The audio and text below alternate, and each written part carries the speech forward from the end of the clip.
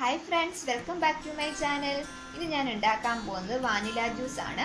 വളരെ പെട്ടെന്ന് തന്നെ നമുക്ക് തയ്യാറാക്കി എടുക്കാം. അപ്പോൾ എങ്ങനെയാണ് ഉണ്ടാക്കുന്നതെന്ന് നോക്കാം.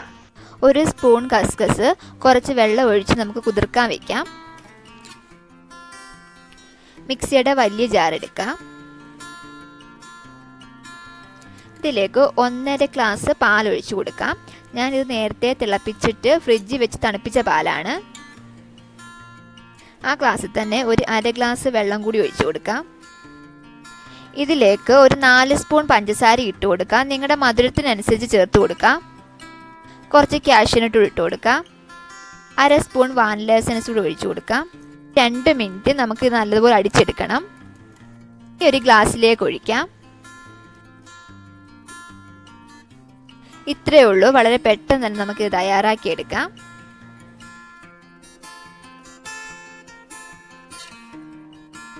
ഇതിൻ്റെ മുകളിൽ കുറച്ച് കസ്കസ് കൂടി ഇട്ട് കൊടുക്കാം.